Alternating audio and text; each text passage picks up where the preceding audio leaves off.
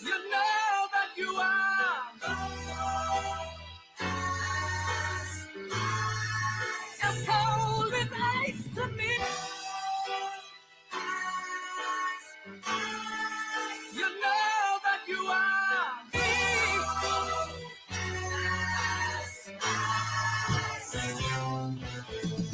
Let me take a second, we reflecting with the light, but this the life, I fucking love it. Wouldn't trade it to be white, now that's alright. I got the right at birth, the devil's redefining work. someday you'll pay the price. No, I don't break a fold, I need and bake the dough, then recreate the flow. They think they making dough, what they forsake is so essential. Over lentils, get your issue. Guess who's on this instrumental with you? Gives a damn if we was family, view unread and call it spam. I'm not a fan of Antichrist, they slayed the man. I swayed the Tim like here I am, the son of Sam is taking shot to David Berkowitz. Pussy. A different discipline existed in this New York state of mind. Say since now, no, not the actor, but the year we's effort. Not one thing in mind to grind until this gavel turned his words to mirth from Babel.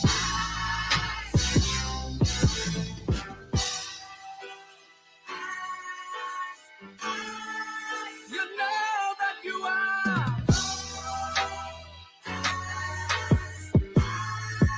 as cold as ice to me. You know that you are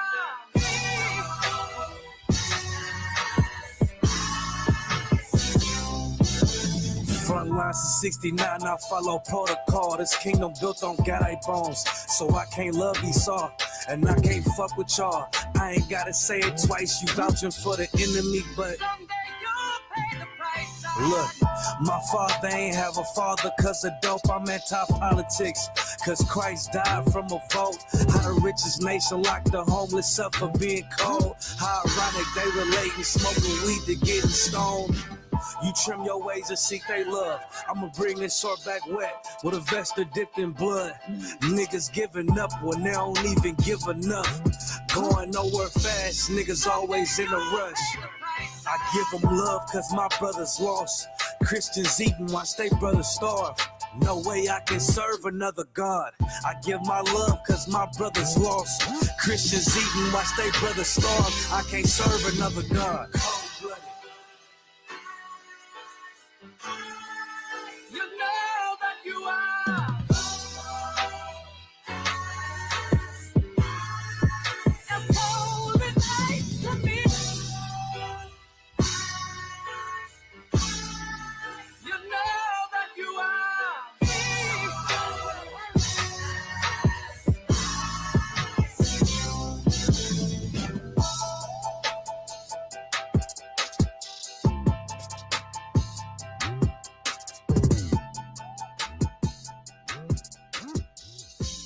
someday you'll pay the price.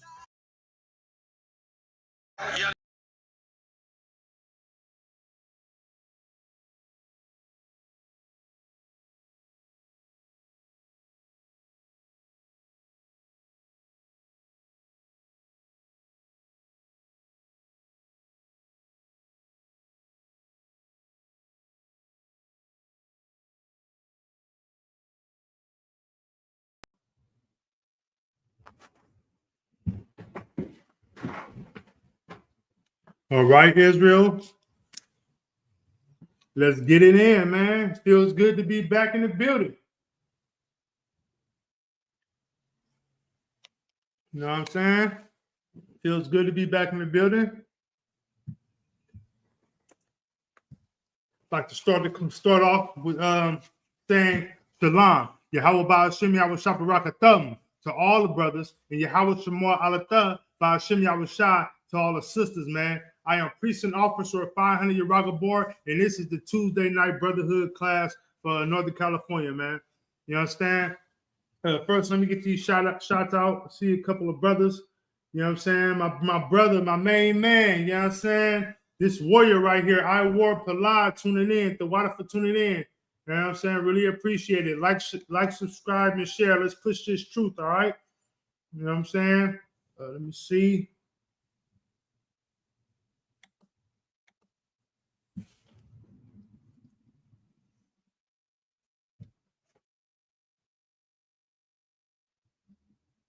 Princess Nizam, the water sis, for tuning in. Really appreciate your support, sis. Shalom to you and to your Ottawa, sis. The water for tuning in. Appreciate it. Can't wait to see y'all brothers and sisters at this Passover, man. This is going to be glorious. Let's see. Go back through the top to see if I missed anyone. All right. Looking pretty good. Okay. All right, Most High in Christ, we'll type it up again. You know what I'm saying? We're going to get into it. The topic of the class is how to save your life. And the reason why I named the class How to Save Your Life is because a lot of us, meaning a lot of blacks, Hispanics, and natives in this world, take part in the world, man. We grow up and we learn ways of the world, and we think that that way of the world will produce life for us. But brothers and sisters in this UPK, we know that that's not life. It's actually promoting death. You know what I'm saying? So, let me fix my headpiece, get it right. You know what I'm saying? It's actually promoting death.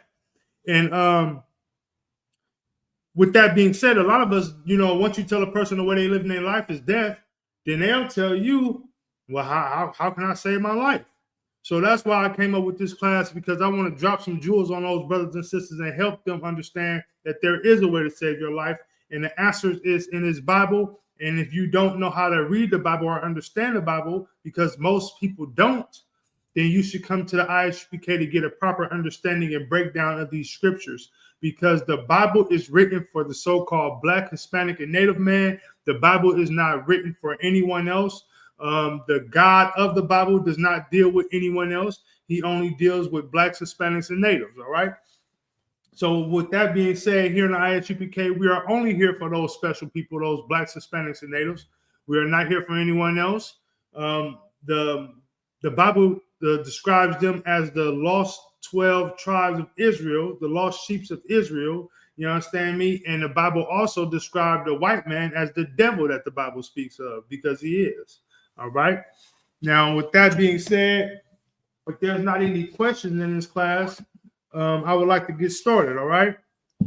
We're going to start off with Ecclesiasticus chapter 10, verse 12, and I'll give you time to get there. All right. The first way you need to understand that you can save your life is by putting your pride to the side, man. What do I mean by that? All that arrogantness, you know what I mean? A lot of brothers and sisters are arrogant.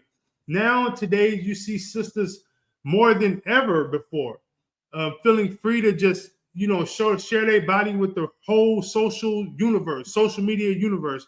On all websites and on every social media page you go to, you can find a sister twerking, revealing herself.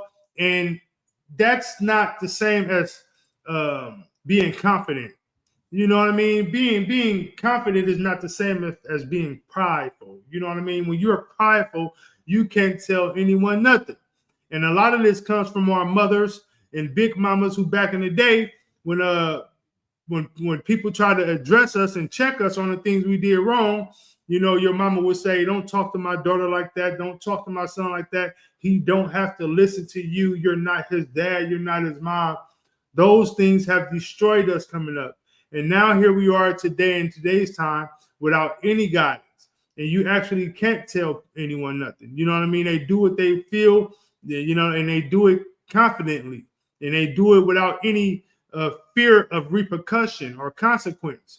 But if you understand this Bible, you know that there is a repercussion and there is a consequence for your misbehavior. You know what I mean? For you conducting yourself in a way that you should not.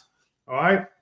So the first scripture is the book of Ecclesiasticus, chapter 10, verse 12. And it reads, the beginning of pride is when one departed from God. So pride is when you depart from God. All right. So being prideful, meaning you're going to live your life the way you want to live it. You don't care what nobody say to you. You don't care what nobody think about you. You're going to live your life the way you want to live it. YOLO. You only live once. That's not true. And when you decide to live like that and you depart from the Lord, how do you depart from the Lord? Well, you depart from the Lord when you turn away from his law, statutes, and commandments. when when a brother like myself or other brothers in the school tell you that the Lord does not agree with this or the Lord does not agree with that, and you say, oh, well, I'm going to do what I want to do anyway. You're departing from the Lord. Or you can say a brother or a sister who leaves the truth because they want to go back in the world and indulge in wickedness and smoke weed and fornicate and sleep with harlots and be a whore, and give yourself away in the streets. You understand? That's also a way when you depart from the Lord. All right? By leaving the truth. All right? Let's continue on. And his heart is turned away from his maker. Who is your maker? Your heart is turned away from your king, your Lord, man. You know what I'm saying? Yahweh is his name. And it's turned away from our king, Yahweh Shah. You understand me? So your heart is turned away from your maker. Now, we ain't talking about your earthly maker. We're talking about the maker of your soul. You know what I'm saying? A person who breathed that life into your body. You know what I'm saying? The person who created the soul. You know what I'm saying? The scriptures say, I'm paraphrasing, fear not the man who can kill the body, but fear the one who can kill the body and the soul. That's your maker, man. And when you turn away from him, and depart from him, it's usually because you are prideful. You understand? So that mistake right there can get you taken out the game. All right. I know a lot of people. I know a lot of brothers and sisters on this line right now can name a few people who were very prideful and have lost their life in his world. You know what I'm saying? In these streets, man. You know what I'm saying? Who were very prideful. And nowadays things are being revealed so gloriously. You can watch some of these powerful Christian pastors begin to, get dealt with in this time. You know what I mean? They're being exposed at a high rate.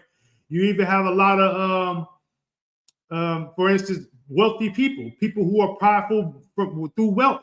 Well, a lot of them will lose it all and unalive themselves. You know what I mean? They unalive themselves. A lot of brothers, paraphrasing, brothers who left the school, went and tried to go join and create their own school in own way. And went against the Lord ways and turned his back on the Lord. Well, some of them brothers are no longer here on this earth. That's why it's important for you to understand these scriptures and get in this truth and hold fast to what you believe, man. Hold fast to what the Lord tells you. You know what I'm saying? Nothing can never be too tough or too hard where you should turn your back on the Most High. All right? Let's continue on. That's verse 12. Salaki. Verse 13. For pride is the beginning of sin, and he that hath it shall pour out abomination. So pride is the beginning of sin. And a person who has pride, the person who has sin will begin to pour out abominations. What does that mean? That means you're going to just begin to do all type of wickedness. It don't even matter to you. You left the truth and you started smoking weed. That's all you was doing, was just smoking the weed.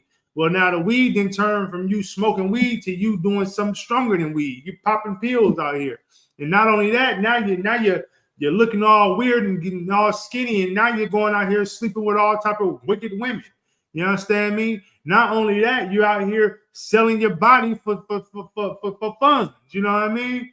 You know what I'm saying? It just, you begin to pour out abominations, man.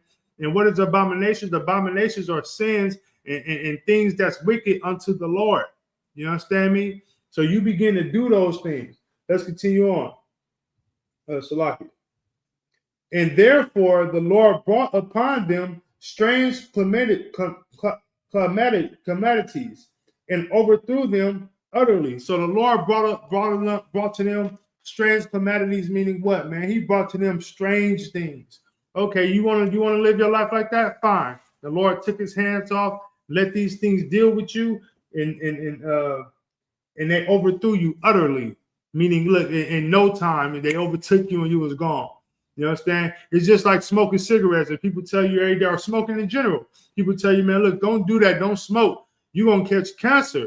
If you smoke, you're going to get cancer. You say, man, weed ain't going to hurt you, man. This is on the earth. It's here for that. This is what it's here for. Well, keep on smoking that weed and you're going to end up with cancer. You understand me? And then it's not going to just hit you slowly where you can get a chance to bounce back.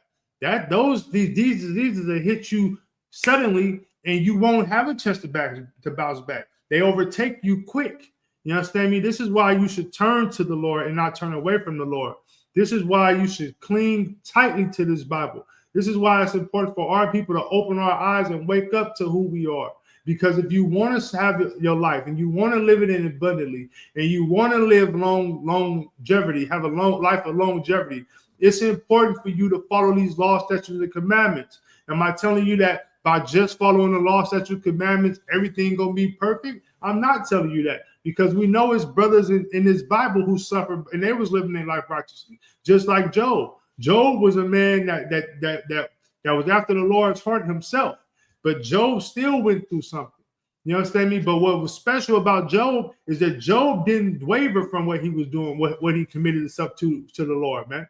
Job didn't turn left or right because he broke out with all type of bumps on his face, went broke, lost his kids. You know what I'm saying? He didn't turn away from the Lord. In fact, that's what caused him to cling tighter to the Lord. You understand me? And that's what you need to do if you want to live your life, man, and you want to save your life. You understand me? And that's vital for us in these days and times. All right. With that, let's go.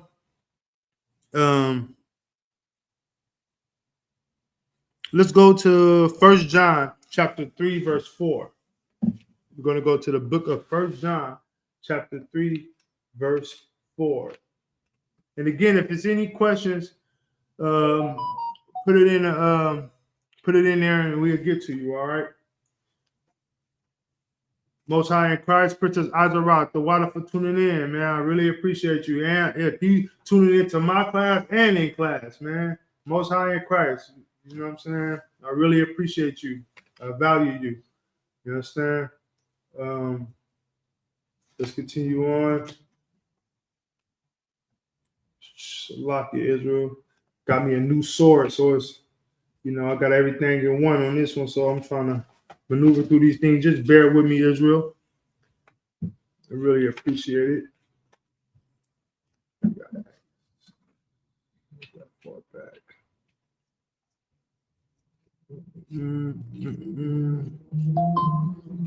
We go there. All right, so we're gonna go to the 1 John chapter 3, verse 4. This is the book of 1 John, chapter 3, verse 4. Whosoever committed sin transgresseth also the law. So if you commit a sin, you transgress the law, meaning what? You commit a sin, you go against the law. That's simple. All right. The Lord does not like sin. So if you commit a sin, you transgress the law. Let's continue on. For sin is the transgression of the law. So to sin, you go against the law, just like I'm saying. These things are very vital. It's simple. You know what I mean? The Bible is not grievous. It's not hard to follow the Bible. Now, what's hard is for you to shape your ways. You understand me? Somebody in the world told me that if you do something for over 30 days consistently, it becomes a habit. So the Bible is not grievous. It's not hard to follow the Bible. What is grievous is for you to break those nasty habits that you may have. You understand me? And this is why it's so important to get around brothers and sisters who are, how do I say it, committed to serving the Lord. You know what I mean? Once you get around brothers and sisters who committed to serving the Lord, they'll guide you. You know what I mean? It's just like getting into the school and you trying to do your 90 days to get a name. Don't just come into the school and do your 90 days to get a name. Come into the school preparing your mind to let go of whatever you were doing before you got to that point. You understand me? You come in here and say, look, I'm going to be a new creature. You know what I mean? It might take, and I'm going to tell you the truth. If you get your name in 90 days, man, you something special, because it really takes some people longer than 90 days to cleanse themselves of the world. You know what I mean? Because they're dealing with so much. You know, when I first found out about the truth, I got into the truth and I was calling in and watching classes and even attending the Sabbath services. But then I fell off. Why? Because I didn't cleanse myself spiritually or mentally. I decided to hold on to things in the world still want to come and learn about the truth. You know what I mean? You understand me, Salaki? So what I did was I fell off. It was gone for about 6 months to a year. Then I came back around to wanting to tighten up and get fully into the truth. Because why? things that I picked over the truth before fell through. You know what I mean? Life started falling apart. And I said, all right, well, you know what? I'm going to come back to this truth. This truth was the right way for me. I knew it was, and I didn't pick it. So now I had to suffer. When I got back in, I said, you know what? I'm going to let go of everything I've been through. I'm going to let go of everything I've been through. I'm going to let go of everybody who I knew before that. Not that I didn't love people, you know, I love my family. It wasn't about that. It was about me and where I was going in my journey. You know what I'm saying? And serving the Lord, it's a choice. The Lord, and that's so good about the Lord. The Lord will sit back and say, you know what? I'm going to let y'all decide what y'all going to do. I'm not going to force you to do anything. You know what I mean? It's just like these, like parents. Some parents are force their kids to do what they want them to do. Well, me, I don't force my kids to do anything. I pray that my sons will follow their father's footsteps and get into this truth and get into this nation and be leaders in it. I mean, take it by storm. You know what I mean? I pray that they are all better than me. But will I force them to come into this truth? No, not at all. Will they have to participate with everything that this truth has to offer as long as they're under my roof? Yes, they do. That's everybody in my house. Even a dog should be watching me right now on the TV. You understand me?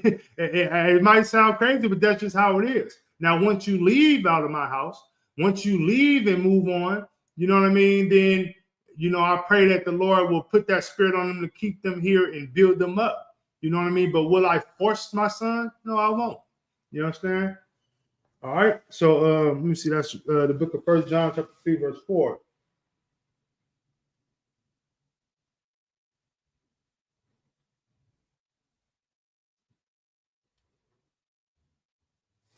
All right, we're gonna drop that. I was gonna continue on, but we're gonna drop that. And you know what's crazy though? Every day we see our people transgressing the law. I mean, like just being in the truth, we actually can witness our people transgressing the law. You know, you see people smoking weed. You know what I'm saying? You see people arguing, fighting. You see people unaliving each other, and for the craziest things. You know what I mean? And being in the truth is very special because you actually can, it's like watching TV. We can sit back and just watch it. You know what I mean? So we see this every day. Let's drop that. Let's go to John chapter 8, verse 44. All right, we're going to go to John chapter 8, verse 44.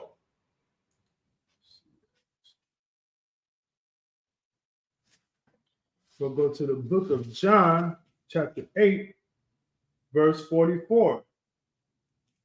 And this is important too. You know what I mean? Because living your life in sin, it opens up the door for you to pick a side.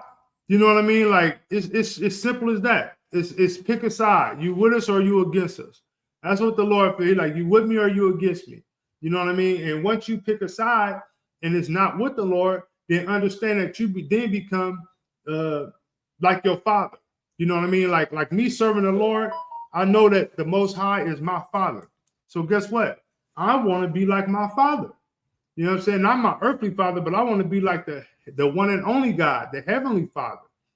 So if you decide to sin, then you're picking that lifestyle of sin. So who's over that lifestyle of sin? Who introduced you to this lifestyle of sin? You know what I'm saying? If anybody in the chat can answer that question for me, who introduced this world to sin? You understand? And we're going to get straight to John chapter 8, verse 44. That's what I want to know. I want to know who introduced this world to sin. Sin didn't just come on its own. You know what I mean? It didn't just pop up, boom. Nope. You can do it. This is what it is. Who introduced this world to sin? And for time's sake, I'll give it to you. It was the devil, man. The devil, man, was the one who introduced this world to sin, to this wickedness, man. And the crazy part is, you know, we can relate, and it's not the Lucifer that I'm talking about here. I'm talking about the oppressor. He introduced us to sin. Blacks, Hispanics, and Native, they introduced us to sin. They took us from where we were, took us captive. And then we were sold by them Africans. Good night. They sold us into slavery.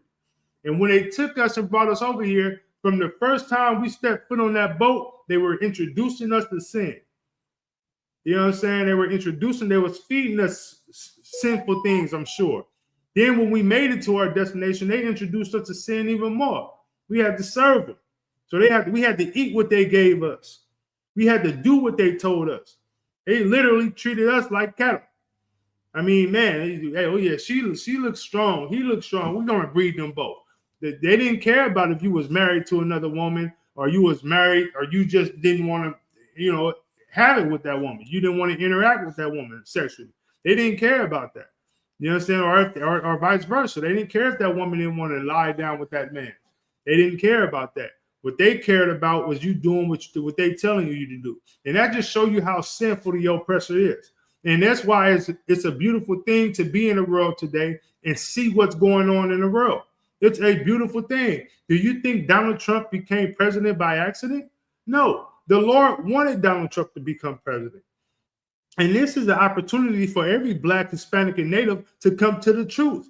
If you seeing what Donald Trump is doing to our brothers, the Issachar, then you should know that they're coming for Black people next. I mean, you can't do too much more, it seems like to us, but you can. You know what I'm saying? They're attacking our brothers and sisters now. They're going to come for us again. You know we're the number one enemy to the oppressor. You understand? And you can see, and back to what I was saying, if I see what's going on in the world, just looking outside in, I'm outside of the truth, but I'm looking in the truth and I'm looking at the world, I would pick the truth. I would be in class every day. I wouldn't miss a class. Because why? The Lord has given this world a sign. You know what I'm saying? If you Black, Hispanic, and Native, you have a sign. The Lord has given you a sign. And what is the sign? He's telling you to come home, to cleanse yourself, to separate from this wickedness, man, from this devil, man. You understand me? Don't do what this devil is telling you to do. If you're a Black man, Hispanic man, and Native man, and you feel like the only way you can get money is by, selling drugs to your people. You know it's bad. You seen what it did to your auntie. I was born in the 80s. I mean, I see what crack did to my era. Just being born, you're in it. You understand? So I know that's not something I should do. But a lot of brothers and sisters glorify it in rap music. They glorify selling drugs. They glorify doing drugs in rap music. They not only that, they glorify sisters giving their body away, turning sisters out, pimping sisters, all that's glorified.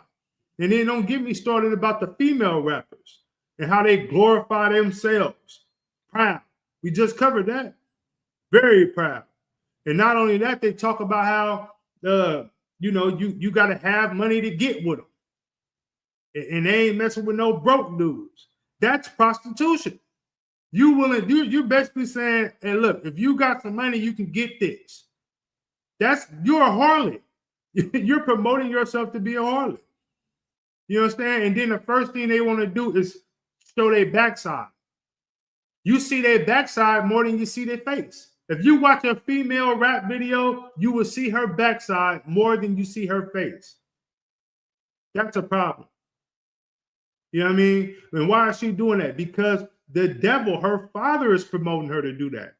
Her father is telling her, look, you can't get this money. You won't get this bag if you don't do A, B, and C. And for the money, she will sell her soul and do it. And for the money, he will sell his soul and do it. He will promote unaliving his brothers and sisters. He will promote children, unaliving children.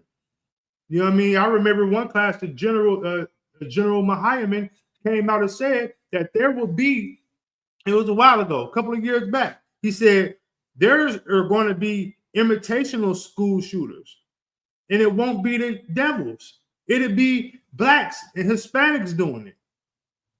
Chasing that attention.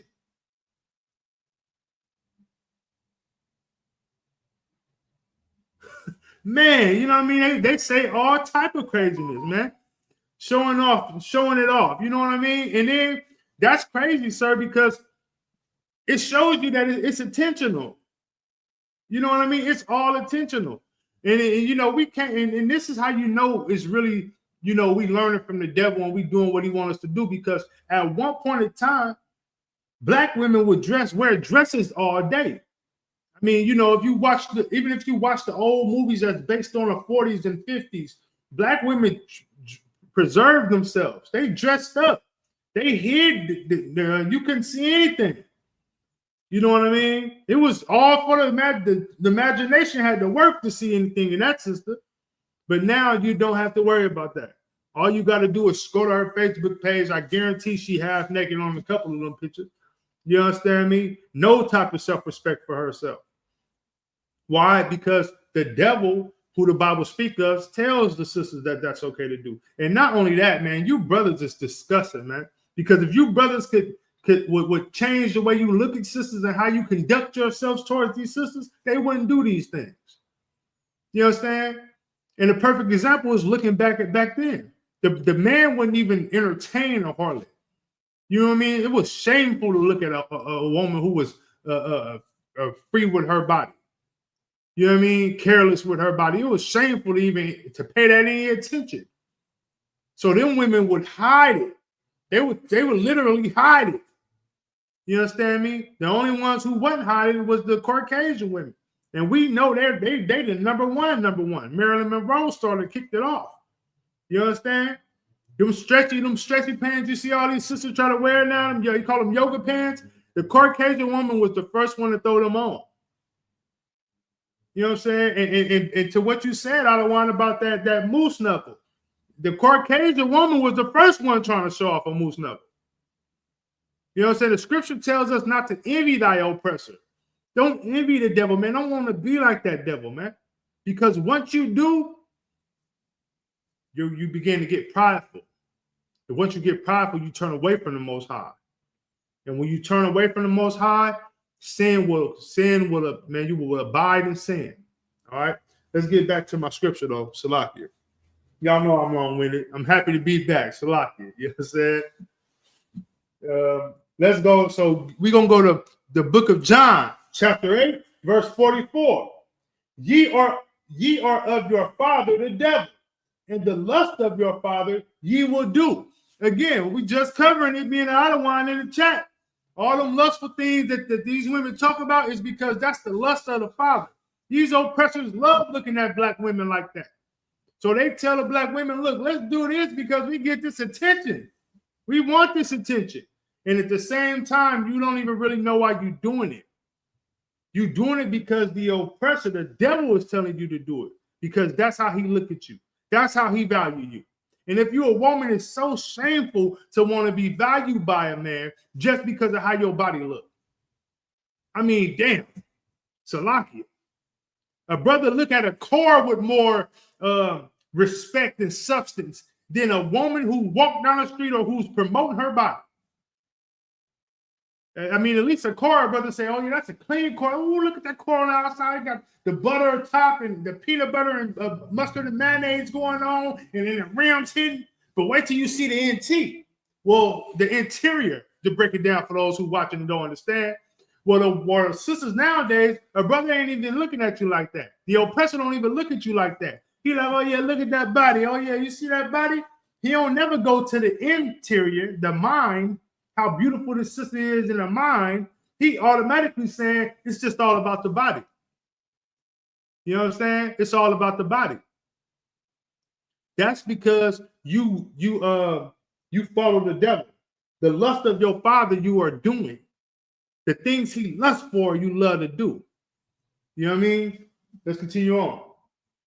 He was a murderer from the beginning. He was a murderer from the beginning. And you know what we doing as black men? We're going out here imitating him and unaliving each other. Harming each other. The outlaws, all of them had names, mafia names. Gaddafi, Eli, whatever. I can't even name them no more. I don't keep up with it no more. But everybody had a mafia name, an Italian name. Because why? Those Italians were thugs and gangsters. Those were the ones who were unaliving their own people, selling drugs to their people. And what did we do? We went after the lust of the oppressor by doing what? Wanting to be like them. We started naming ourselves after them. You know what I mean? And then we started giving praise to the brothers who did what they did. Rick Ross, I think I'm Big Meech, Larry Hoover. You know what I'm saying? Then he can't say nothing else but whipping work and then he go throw in hallelujah.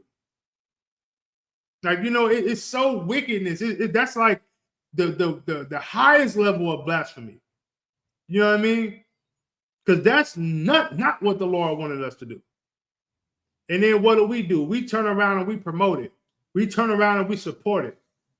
You know what I mean? But let's get back on topic. He was a murderer from the beginning. All them mafia names was murderers. And then I got another one for you. The Alawan Natazar brought it out so eloquently today. Your presidents were murderers. Every single one of them were unalivers. Salakia. They were unalivers. And then they boast so hard about it, and they'll put their whole face in the side of the mountain. You understand me? But then go to where you were and blow everything up 1,000 times so you can't, it's not even recognizable. And then anything that you did have there to tie you to that land or tie you to this certain culture and way of life, they blew the dang nose off of it and had it looking like them. And then just in case you think that you had something for them, they'll tell you, no. See, that they're talking about the Egyptians. And then it's cold that they give you these Christian movies and videos where they paint the Egyptians as Caucasians. Think about my grandma when she had me watching some old Moses movie, and everybody in the movie was a Caucasian. Was a straight Caucasian. And the crazy part, they couldn't even do the scene of leprosy. They just skipped that whole scene and just started doing everything else that they was trying to predict about what it say. Yes, man, sir, I'm telling you, how did I forget the Jesus piece?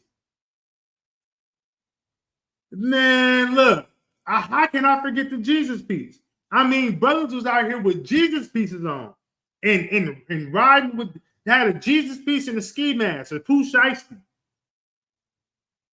Promote killing each other and unaliving each other. And at the awards, and the first person they come out their mouth to thank was the Most High. Because God know their heart. You understand me? It's so wicked. It's so wicked. And you know what? God does know your heart. And that's why you lose your life in no time. That's why you old age hit you so quick. Brothers in this truth look young, man. And you be like, man, this brother, how old this brother say he was? Hey. Brothers be like, man, this brother, man, he ain't that old, man. That's because this brother is saving his life. His life is, man, the Lord is with this brother. You know what I mean? We had brothers in the Bible that was to live to be 2, 3, 4, 5, 6, 7, 8, 900 years old. And still getting it in. If I'm man, Abraham, man, how old was he when he got Sarah pregnant? And how old was she? They was about 100 years old.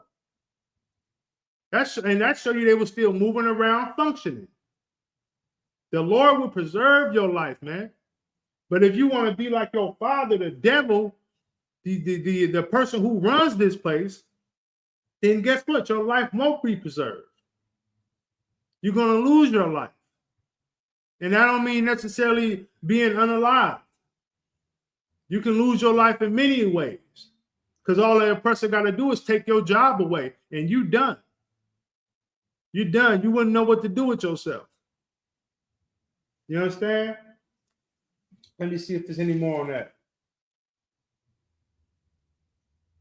Let me see. He was a murderer from the beginning and abide not in the truth. See, they not in the truth. This is why you should be running to the ISUPK, because there's nothing out there that can even call himself remotely close to the truth but the ISUPK.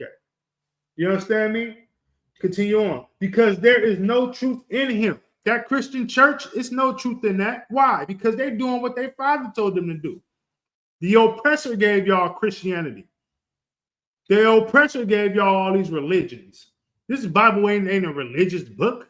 This Bible is a way of life for a people, for 12 tribes of people, for a nation of people. You understand me? This ain't no religious book. That's why you're losing your life and following by it. Claim, or at least claim to be following by it. You understand? Let's continue on.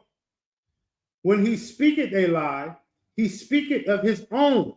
Ooh, we. Y'all believe them presidents? I bet y'all really sitting around waiting for that $5,000 that Elon Musk say he's going to give y'all, huh? Y'all waiting on it, huh?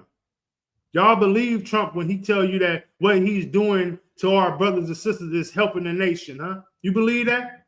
Watch how expensive orange juice get.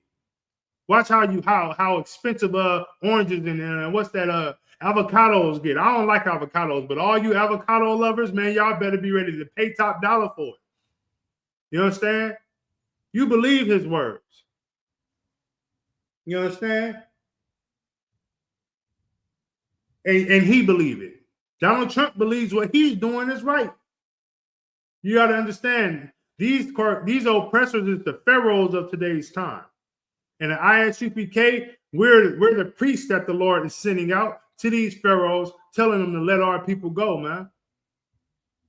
But first, we got to get our people together. You understand? That's why we talk against Trump, but we don't really spend too much time on it because we have a bigger plan. We have a bigger duty. We have a more of a important mission, and that's getting all these blacks, Hispanics, and Natives to understand that they one body. They one body. You understand? That's important. That's what we need to get y'all to understand. You understand? Let's continue on. For he is a liar and the father of it. Man, he's the father of lies. The so-called oppressor has broken every peace treaty he has ever had. I was watching The Color Purple. I saw my ribs. See that? Look, they're breaking peace treaties in The Color Purple. Told Miss Sophia, after they whooped on her and locked her up for about 20 years, told me, said, look, it's just Christmas, day holiday. This Christmas, Miss Sophia, I'm going to take you to see your kids. She couldn't drive. She was swerving like she was drunk all the way to Miss Sophia. I don't know how she did. I would have got out and walked. They would have had to beat me and lock me back up. But she still rolled with the devil, got to the house with her kids, and the devil couldn't even put the car out, get the car out of reverse. The brother's jumping on the car trying to help her. Hold on, man. She, no, they're trying to get me. You know what I'm saying? To the point where she then what's even more wicked is when it was all said and done, she made Sophia get in the car with her and go back home. She couldn't even enjoy her kids. Told her she was going to let her enjoy her kids, and she didn't let her. Peace treaty breakers. They break every treaty, man.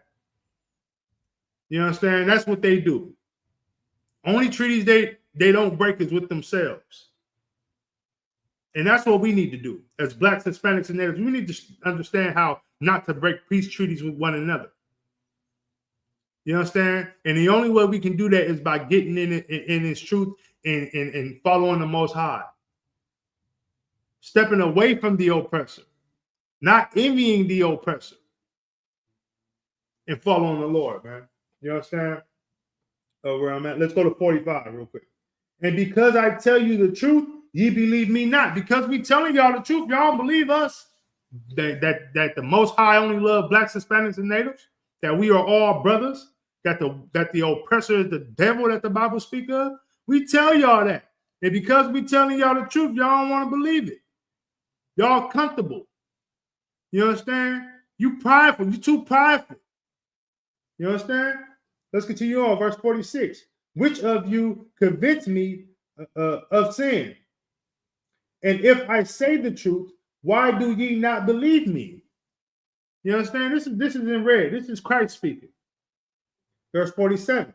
He that is of God heareth God's words. Ye therefore hear them not, because ye are not of God. Ooh, we. That's a cut. That's a headshot at Creflo Dollar. That's a headshot at TD Jakes. That's a headshot at your whole Christian church. That's a headshot, man. We tell y'all the words of the Lord, and y'all don't even hear them. And we not telling y'all something we came up with. We telling y'all the words that's in the Bible. But you can't hear them. But you can go to the church and let that devil lie to you and tell you that John 3:16 is telling you to love him. And that when you get slapped in the face, just turn your other cheek and prepare to be slapped again. When that's not what that meant. That's telling you to just turn away from that situation. But don't forget. See, as Black people, we tend to forget too much. We forget what we suffered in just 50 years ago. We forget what we suffered 100 years ago. We forget it. You understand? We forget what we suffered. But the Bible tells us not to forget. That's why these things were written down for our understanding and our learning.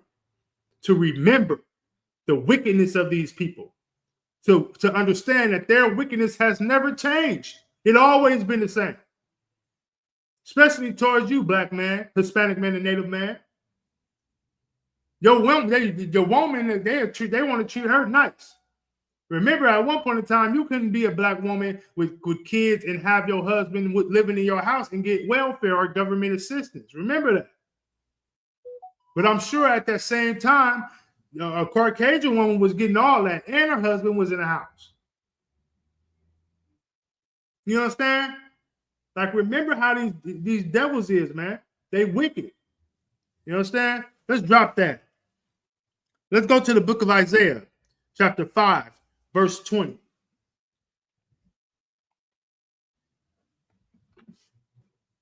Let's go to the book of Isaiah, chapter 5, verse 20.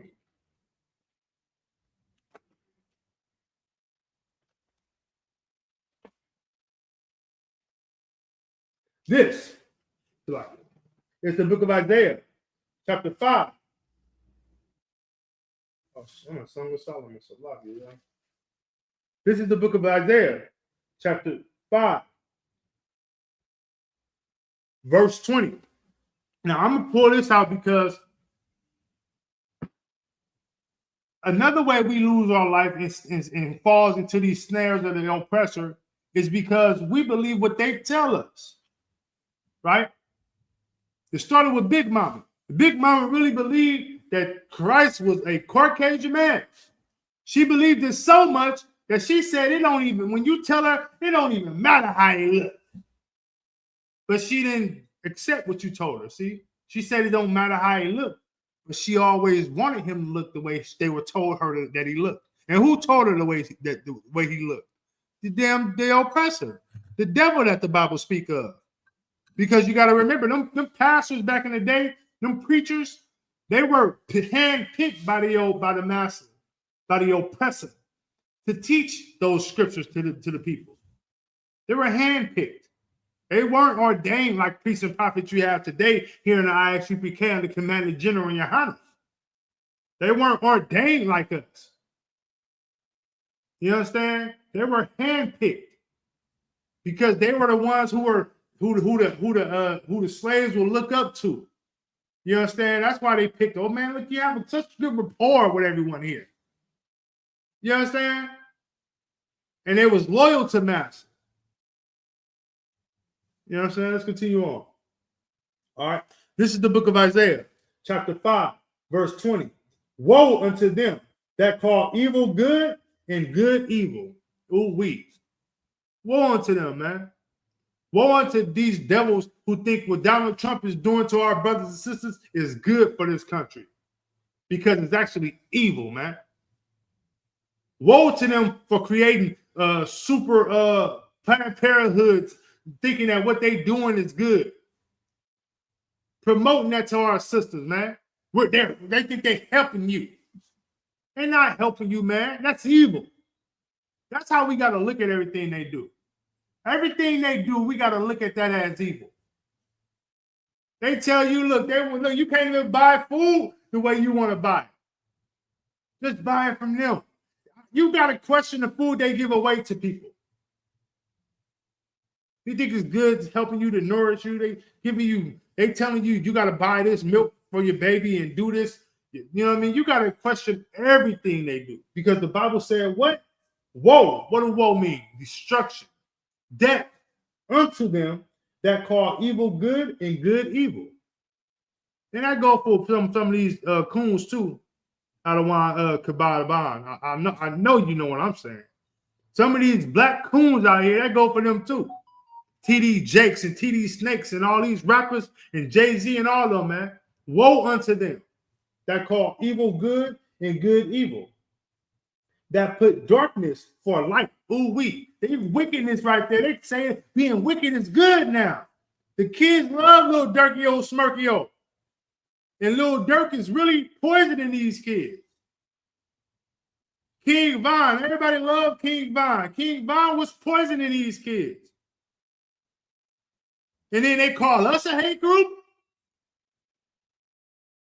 Rap at one point in time was nothing but positivity. KRS-One, fight the power. Hell, even Tupac at one point in time had a message to his people. He wasn't rapping like that. He was rapping positively. He was rapping powerfully, talking about the oppression that he was facing and that our people face on a daily basis. But here come the devil that the Bible speaks of. Some of y'all daddy, y'all might just call him daddy. Here he come, and he changed the whole game. And guess what we did as black people? We embraced it. And not only did we embrace it, we went with it. And now here we are 20 years later, 30 years later, and the rap music has completely changed. And not only has the rap music completely changed, good night. We see death more than we ever saw it in the black community. And that's a big thing for rap. They knew rap was controlling the movement, man. They had people walking around here wearing African colors at one point in time. Now you find people walking around here wearing shiesties, skinny jeans sagging, no belt wearing, purse around the neck. That's what your oppressor put on y'all, man. And you know what? We got it and gobbled it up and pushed it out to our kids. Now you got kids who can say they want to be whatever they want to be. And you got parents who support it because that's the old times. We in the new times. Just destroying ourselves, man. Again, the topic is how to save your life. And I'm just showing you all the ways that we are actually losing our life. At a young age, you're supposed to talk to your kids about them understanding that, I told my son my son was 6 months. Once I knew he started understanding, I'm like, this is a boy, this is a girl. Boys like girls. Girls like boys. I understand. I asked him, what do boys like? What do girls like? Is it all right for a boy to like another boy? No, Dad, that's not cool. That's weird. Yeah, I'm right. And these are the things you're supposed to put into your kids. But nowadays, if you do that, you're wrong.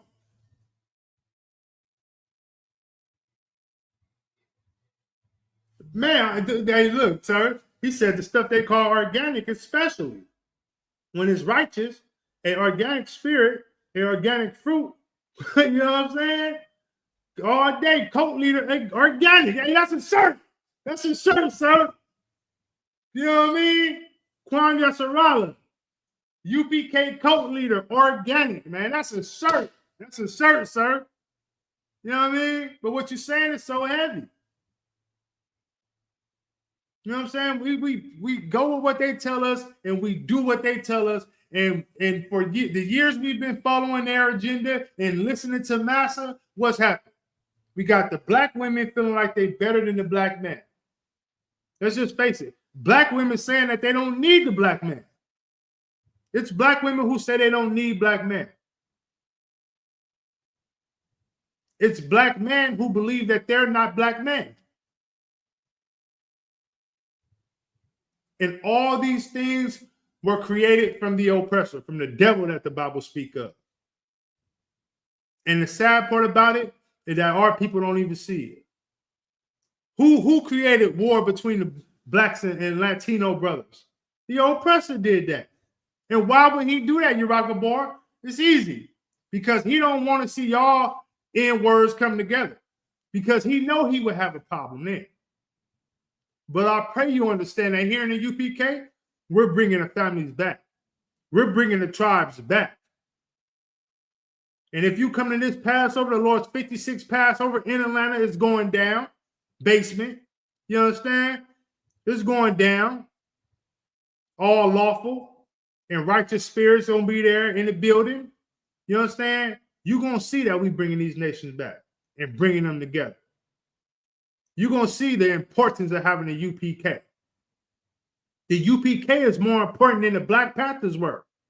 The UPK is more important than any other powerful black group you can think of that exists to this day. You understand? You got to get in this truth, man.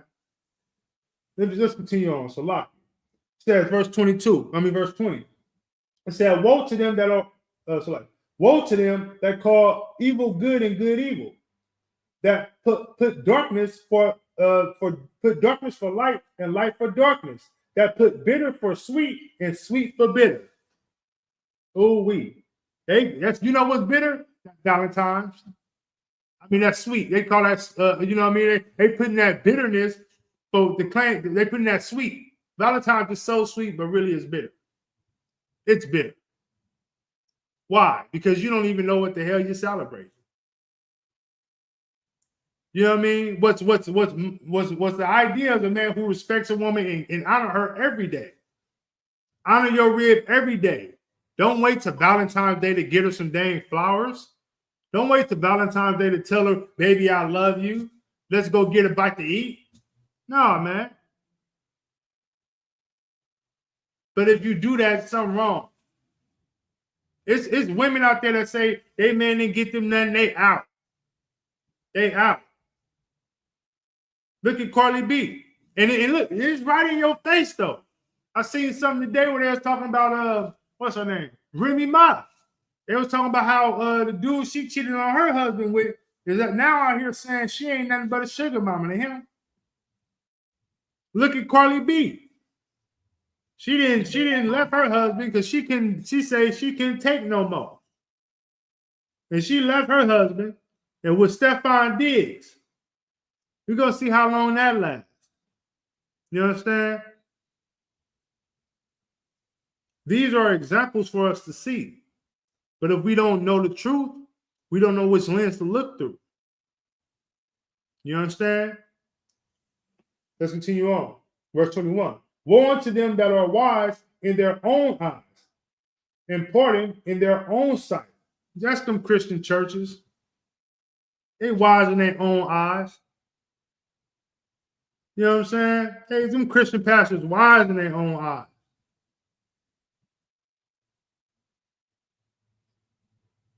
Important in their own sights, and they can't do no wrong in their own sights.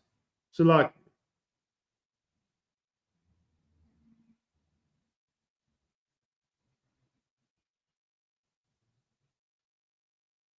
man, just wicked and dishonorable. You know what I mean? And that's just what we were taught. And when the oppressors see a brother do what you saw, they happy. Hey, that John, man, that Daryl, he really has a way with life. He understands it. You know what I'm saying? That's weird, man. Salaki. Verse 22. Woe unto them that are mighty to drink wine, and men of strength to mingle strong drink. So he just abuses drink. Well, you know, you want to drink wine and strong drink. You want to mix it all. You want wine, you want all of it. And then when you drink it all, you get toe up and then you get to cussing people out and fight. And what ends up happening is, you understand? Like, you just don't control yourself. You have no self-control, no dignity about yourself.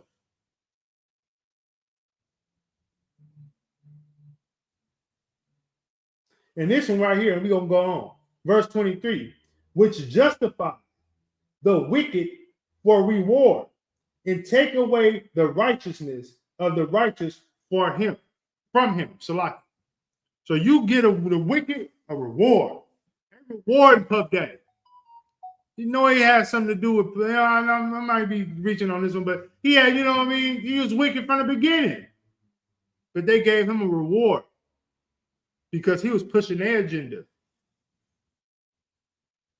You know what I'm saying? Like, let's be real. These pastors, they getting their rewards.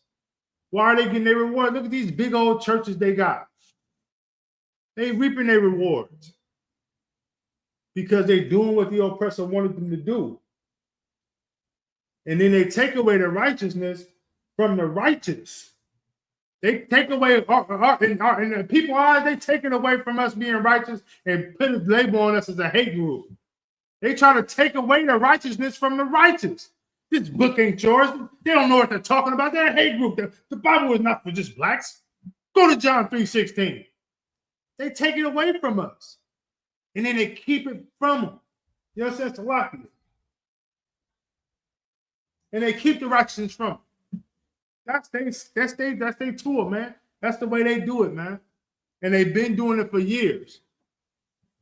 So if you black and Hispanic and you ain't noticed that yet, man, they got you. You stuck in Twilight Zone, man. And by all means, if you're a brother out there and you got a different race and that a woman that's not considered a part of the 12 tribes, don't leave her. But just understand that was a something that you didn't know. You know, it is what it is. Don't treat her wrong or start dogging her out. You got to, that's your rib. Hold on to her. Help her to understand who she is according to the Bible and who you are. And maybe she'll respect you like she's supposed to respect you. You know what I'm saying? It's a lucky. Let's drop that. Let's go to 1 Timothy chapter 6, verse 9. We're going to go to 1 Timothy chapter 6, verse 9. And before I go on too far, man, I want to give a shout out to the brother Mawakan, man, holding me down for the last week or two. I really appreciate this brother coming into school, doing what we got to do. Matter of fact, we got a lot of good brothers in this school that's coming up that y'all gonna start seeing. You know what I mean? I opened up the door for brothers to get on this platform and learn this truth and start pushing it out here to y'all.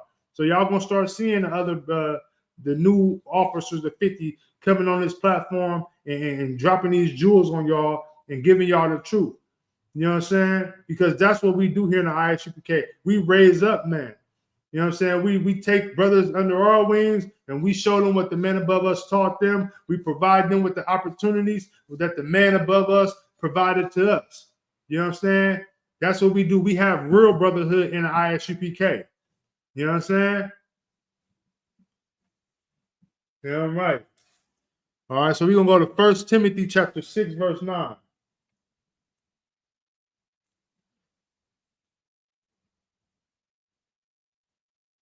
And Nick, this right here is heavy.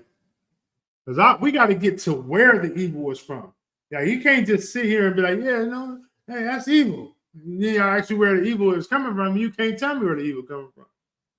This is the book of 1 Timothy, chapter 6, verse 9. And it reads, but they that will be rich fall into temptation and a snare. What is a snare? A snare is a trap. So those people who are rich, Diddy, Jay-Z, name them all, Beyonce, all of them. Some of these athletes, all of them. They fall into a snare, a trap. Continue. And into many foolish and hurtful lusts. LeBron James, all of them. Now the truth is starting to come out that LeBron was at them Diddy parties too. They got a video of LeBron saying ain't no party like a Diddy party. But when y'all hear about what Diddy get charged with and what they say was going on at the Diddy parties, then you're going to have all these them brothers and sisters saying, I left about 10 minutes before that. You know what I mean? Then they go denounce Diddy. But he said ain't no party like a Diddy party. And if a party is a party like he's saying a party was, 9 times out of 10, that brother stayed to the end of that party. I ain't never went to a live party and left early. I ain't went to a UPK party, a Passover, and left early. Man, I mean, we party all night. Good night.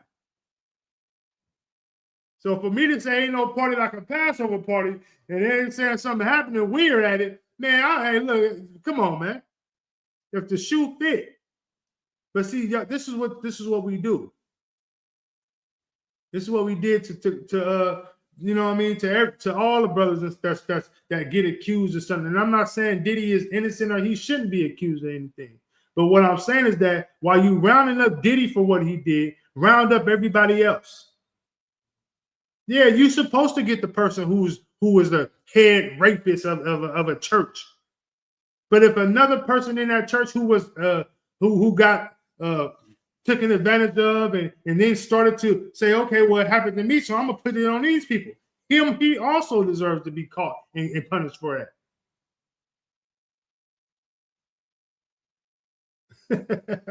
Look, and now look, the next morning, though, sir, it said Diddy had IVs and stuff at his. He was hooking them up. The brothers was out of it.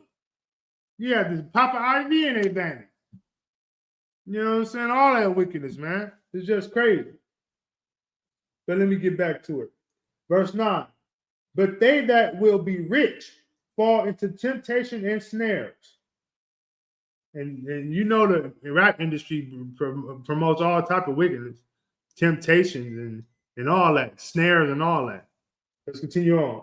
And into many foolish and hurtful lusts, which draw man in destruction, and perdition. Ooh wee. That's the world right now. If you want to be rich, you got to do it this way. If you want to have a life that's a promising life, you have to do it this way. You understand? Like, this is what this world promotes. And if this is what the world promotes, and you know, I don't want to be rich. And if I do get there, then most high in Christ, Commander General will be getting his 10%, and then I'm not eating. And look, I would travel the world. I would, if I became, honestly, this me, and I'm going off. If I became rich, hit the lottery or something, you know, I'm gonna give it to my people. But I would go to every UPK school. I would just travel through every UPK school and just go bless the schools out. Go to the Passover. It's on me. Bless the Passover out. Make sure that this truth is able to get out there. Because one thing y'all have to understand is that with this structure of power, this government that's running this nation now, they're going to start opening up, how you say it? They're going to start opening up channels for white supremacists to promote white supremacy. It's already open. Eli Musk did it in front of all y'all, and it went right over your head. You know what I'm saying?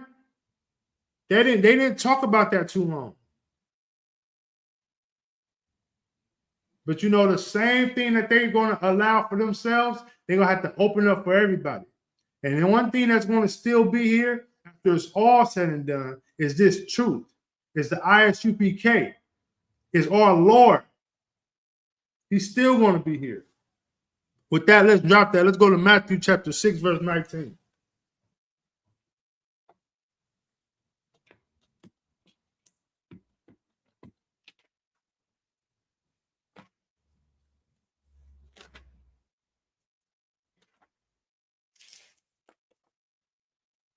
This is the book of Matthew, chapter 6, verse 19. Now, this is written in red, so it's our King Christ, and he's telling you what people who rich should do, how they should conduct themselves, what they should do with it, with the riches that they have. All right, verse 19. Lay not up for yourselves treasures upon earth, where moth and rust doeth corrupt. So meaning, don't spend your money trying to buy all these things for yourself. You want to look fly and you want to ride the flyest cars and all these things. And all those things are going to do is collect rust. You understand? Buy an old school car, let it sit up. You buy it sitting there, sitting up. Hey, Shalom, Yahweh Ba'Hashem Yahushua Barakatah. You let all your old school cars sit up. What ended up happening to that old school car if you don't keep maintaining it? They begin to rust, man. They begin to fall off. You know what I mean? My father said, I'm gonna leave my son my car.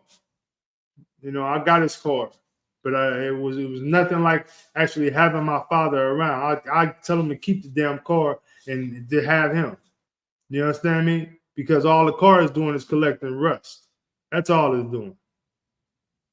But to have the morals of my father, to give to me the morals I can have and I can use the morals. And the morals going to help me grow in my life. So that's how I look at it with my kids. I don't buy earthly things to leave to them. What I'm going to leave to my kids is something money can't buy, and that's the truth. What I'm going to leave to my kids is letting them know that they are these special people that the Bible speaks of, that they are kings and queens, that they're greater than any people that walk this earth. I'm going to put in my sons and let them know, man, them Latino brothers over there, them your brothers, man, go over there and talk to them. Dap them up. You understand? That's what I'm going to leave my kids. I'm going to leave my kids the truth. You understand? That's what you leave your kids. The hell with leaving them worldly things. Leave your kid a car, a nice car, a fast car. They go get in the streets, go crash it, tear it up. Lord, hope the Lord that they don't lose their life. Pray to the Lord that they don't lose their life in the car that you left. But I know if I give him this truth, my son will save his life. That's how he's going to save his life. That's how he going to begot life. He going to gain life. You understand? Let me continue on. Salakia. And where thieves break through and steal. Look, they break in and steal. They break the car. They bipping cars in Oakland. Good night. They bip your car for a stick of bubble gum. Is that double mint? You know what I mean? Stealing your double mint, man. What you have in the car? A stick of some double mint gum. They didn't bit me. They walking down the street. He's 99. I got 75 cents. Man, I need to black him out. Oh, this brother got $1 in quarters right there. Break your whole window for your quarters, for your dollar in quarters. You understand? It's stealing it from you, man. And what's even more crazy about this breakdown here, the oppressor is the biggest thief that'll break through and steal. He steal your religion. He steal your manhood and your pride. But I mean, he steal your dignity. He steal the truth. He steal who you are. And not only will he steal it, he's gonna claim it for himself. He's gonna claim it for himself. You understand? With that, let's drop that. Let's go to the book of Mark, chapter 8, verse 36. We'll go to the book of Mark, chapter 8, verse 36. And I was talking to a brother about the school, and a lot of brothers be like, we know y'all got the truth, man, but it ain't the time for that right now. So when will the time be? Like, if you watching this class and you're saying, man, I want to join them brothers, man, but just ain't ready right now. I just got to get myself together first. Brother, you lying to yourself, man. There's no better time to get into this truth than now. I don't care if you're smoking cigarettes, smoking weed. I mean, if you live in an alternative lifestyle, you might have to. I don't know what the process about that. You got to cleanse yourself thoroughly before you can actually get up in here and start trying to run some things. But it's no time better than now to change your life, man, to get into the truth. You know what I'm saying? I'm going to keep it real with you, man. If you watching classes out there, don't say I'm going to come into the truth when I'm ready to stop smoking weed. Because you smoking weed. You know what I mean? Like, get into truth. Learn the truth. And camp yourself around the truth. That's how you learn how to stop smoking weed. And I'm going to give you the game. Watch the classes. Watch the general. Listen to what they say. When they start talking about weed, I remember when I was in the world, still dabbling. And so happened I'm watching it. And then general start talking about brothers who smoke. And I just start sweating. You know how you feel like it's a personal attack. Start dealing with my spirit. And then I heard how the general talked so bad about brothers who was weak, who couldn't stop smoking. It was weak. And I was thinking to myself, like, man, am I weak? You mean to tell me I can let this control me? Keep me from reaching my destiny and being who I need to be, that the Lord called me, the man the Lord called me to be because of this? Man, got rid of it, man. Start calling into the class. And then I started checking in the class. And believe me, that check-in was more powerful than that check-in when I was smoking. And then I began to do that with everything in my life that I was doing wrong. From hanging out with brothers to talking to females to eating to just the way I overall operated. And I started noticing that I just stopped going around certain people, man. Brothers stopped calling me. I didn't stop answering their calls. They just stopped calling me. And, the brothers who I needed to call me started to call me. I started hearing from Adawan Kasarpakat and Adawan Tazabah and Kabadaban, Adawan Kabadaban, and, start hearing from Adawan Karak and, all these brothers, Amawan, you know what I mean? I just start being encamped around brothers who was really righteous brothers who really cared about me. You think everybody in this world care about you? They don't. You don't know how it feels to be cared about until you come into the UPK, man. You actually feel the love from brothers, man. You actually begin to understand what it means when you hear brothers say, "I die for this brother." Because them same brothers in the street who say they'll die for you will be the ones who kill you. Them same brothers in the street who say they love you and won't never hurt you be the ones who will hurt you. You know what I'm saying? So Tawada to the Lord for this, Tawada to Commander General Nahana for never dropping his sword. And Tawada to the Lord for holding on to me and making sure I found my way. You know what I mean? He led me directly to where I need to be, man. And I'm thankful for it. You know what I'm saying? All right, so let's go to the book of Mark, chapter 8, verse 36. I was just a sheep lost, and the Lord led me to my shepherd, man, and I've been rocking ever since, and I'm still rocking, and I'm going to keep rocking. You know what I'm saying? And honestly, what we doing in the Bay Area, we calling it the Bay Area takeover because we about to take the Bay Area over. We about to ring bells in the Bay Area. You know what I'm saying? This school is going to begin to see the fruit of their labor. You know what I'm saying? This is the book of Mark, chapter 8, verse 36. And it reads, "For what shall it profit a man if he shall gain the whole world and lose his own soul?" What would it profit a man to gain the whole world? You gain it all.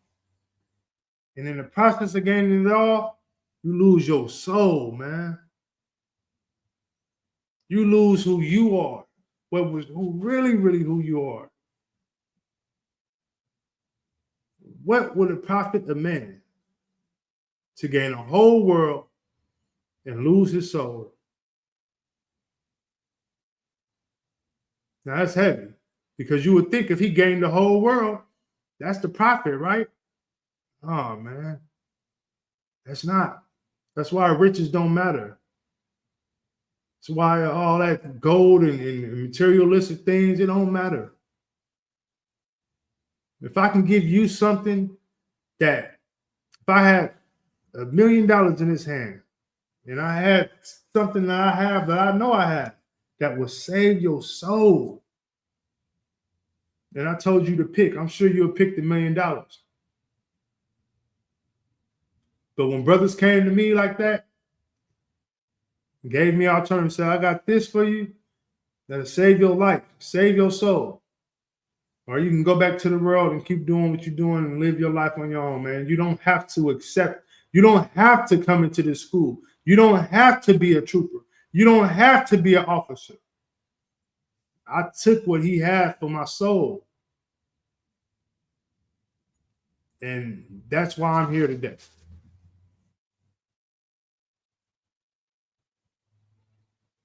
You know what I mean? Ask Diddy what it means. Right now, he in there stressed out about it. You know what I'm saying? But I have it. I took what the brother said. That just for my soul, that'll change my life. I took it. And I'm here today. Don't be one of them people who get caught up in the materialistic things so much that you don't even realize that it's harming you. That it's no good for you.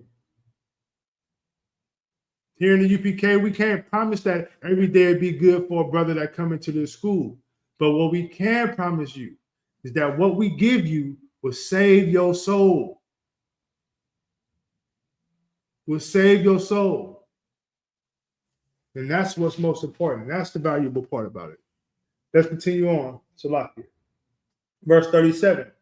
Or what shall a man give in exchange for his soul? What can you give in exchange for your soul? Verse 38. Whosoever, therefore, shall be ashamed of me and of my words in this adulterous and sinful generation. Ooh, in this adulterous, and this is in red. This is Christ saying, in this adulterous and sinful generation. What he say? In this adulterous and sinful generation, well, let me start from the top. Salaki, that's heavy. Whosoever, therefore, shall be ashamed of me and of my word, and it's adulterous, Salaki, and it's shameful and an adulterous and sinful generation, who will be ashamed of the Lord and of his words? If you a brother that's out there and you hearing what we saying, oh, them brothers crazy. In this shameful generation, we telling you that the Lord is for you, black man. The Lord is, you're a descendant of the Lord. The Hispanics is our brothers. We telling you all these things because we know what we're saying because we get it from the Bible. And then you turn around and saying that these brothers is out their mind. The Lord sends his prophets out to minister to the people. And the last time I checked, I don't know one disciple that actually owned a big synagogue. Christ didn't own a synagogue.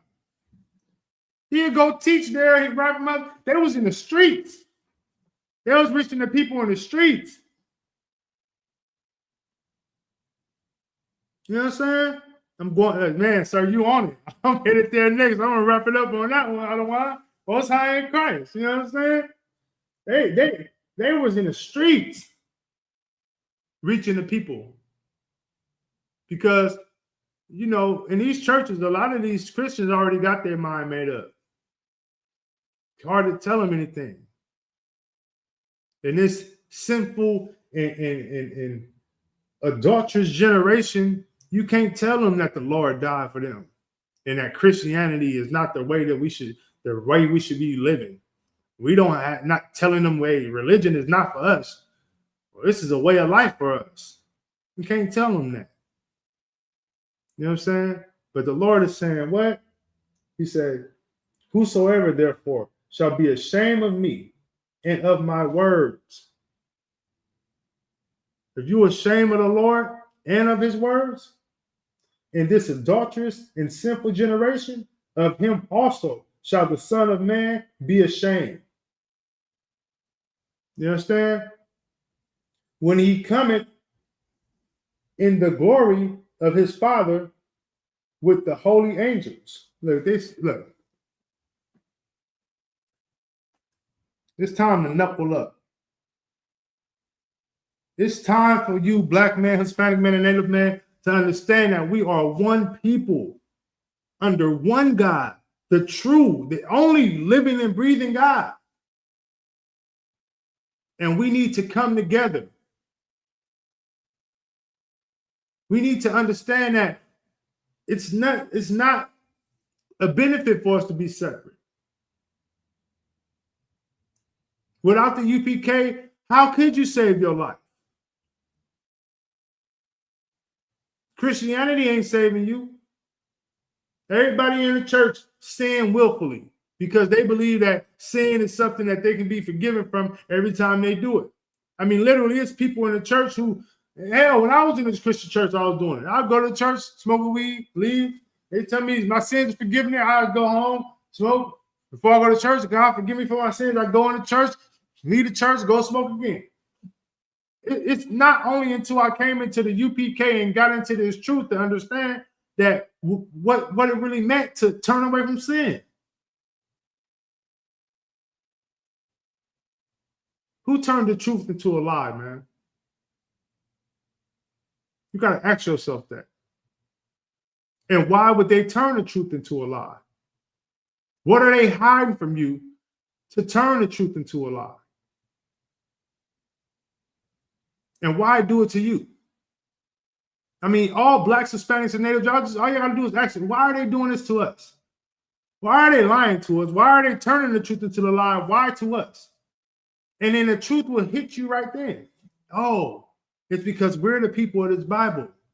Oh, it's because my identity, meaning me, Yerah Gabor, I'm a Jew. And those so-called Jewish men stole my identity. Oh, I see. That Israel, that land Israel, that's supposed to be my land. The Israelites are black people and Hispanic people and Native people, a special people, a peculiar people. That's what you'll find out. So the Wadawah Yahweh Shai to the ISUPK and to the men above me and to the generals and the captains and the officers and every brother that's above me, the water to you for your service, because it's because of you that I am here to this day. It's because of you that I understand this truth, and now I can give it to my son, Salakia. I can give it to my rib, and I can continue to build my household and my name up. The water to you, brothers, man. All right, we're going to go to Ecclesiasticus, chapter 2, verse 1. And we're going to end it on this, man. The water for tuning in, y'all. Help push this truth. It's important. You never know who you might spot, who might hear it, who might change your life, who might come into it. I came into the truth. Let me just tell you, man, I lost my brother, man. My earthly brother. I came into school. I lost my earthly brother. But I came in and I felt so bad about it, man. I'm like, dang. You know, man, me and my brother, we ain't there no more. But I came into this school, man, and I gained some brothers. I gained so many brothers. Good night. I learned how to love my brothers. You know what I'm saying? Like, this truth is amazing, man. This is the book of Ecclesiasticus, chapter 2, verse 1. My son, if thou come to serve the Lord, prepare thy soul for temptation. If you want to serve the Lord, prepare your soul for temptation, man. Meaning what? You're going to be tempted. Everything's not going to be peaches and cream. Everything's not going to always go the way you want it to go. And when you're a priest and prophet and you come in here and you want to serve the Lord and you see that things aren't going that way, then you know it's a tempt. You're being tempted. What side you gonna come out on? You're gonna be the one who falls to the temptation and then open the door for sin? Or are you gonna be the one who overcome the temptation and be better for it? Be stronger. Be ready for the next time temptation comes, because it's gonna keep coming. What you gonna do? You gonna sell out? You gonna roll over? Or you gonna be like Job and overcome all them temptations? That's for me and my house. We will serve the Lord. And with that, that's tonight's class. I'd like to say the water for tuning in, and I'd like to salute the brothers. Shalom. Yahweh Shem Yahweh Shapi Rakatah, Rakatham, Salakia. And to the sisters, Shalom. Yahweh Shemor Alatha, Ba'Shem Yahweh Shah. The water for tuning in, Israel. Shalom.